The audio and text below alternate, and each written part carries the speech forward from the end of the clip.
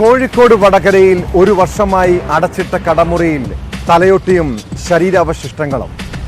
ദേശീയപാത നിർമ്മാണത്തിനായി കെട്ടിടം പൊളിച്ചു മാറ്റുന്നവരാണ് ഭയപ്പെടുത്തുന്ന ആ കാഴ്ച കണ്ടത്. പേപ്പർ പ്ലാസ്റ്റിക് അവശിഷ്ടങ്ങൾക്കിടയിലാണ് മനുഷ്യന്റെ തലയൊട്ടി കണ്ടെത്തിയത്. 6 മാസത്തിലേറെ പഴക്കമുള്ള ശരീരാവശിഷ്ടമെന്നാണ് കരുതുന്നത്. ഈ കട ഒരു വർഷത്തിലേറെയായി പ്രവർത്തിക്കാറില്ല. ഷട്ടർ അടച്ച നിലയിലായിരുന്നു. സംഭവത്തിൽ പോലീസ് ദുരൂഹത സംശയിക്കുന്നുണ്ട്.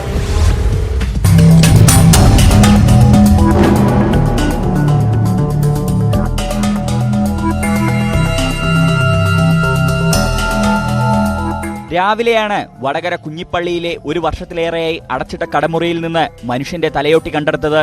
തലയോട്ടിക്ക് ഏകദേശം 6 മാസത്തിലേറെ പഴക്കമുണ്ട്.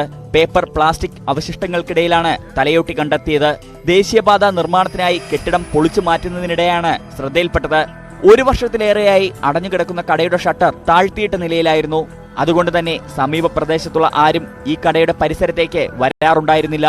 സംഭവത്തെ തുടർന്ന് ചോമ്പാല പോലീസും ഫോറൻസിക് സംഘവും സ്ഥലത്തെത്തി പരിശോധന നടത്തി.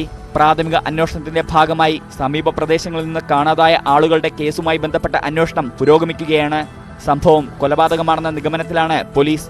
മരിച്ചതാരെന്ന് കണ്ടെത്താനാണ് പോലീസിന്റെ ആദ്യ ശ്രമം.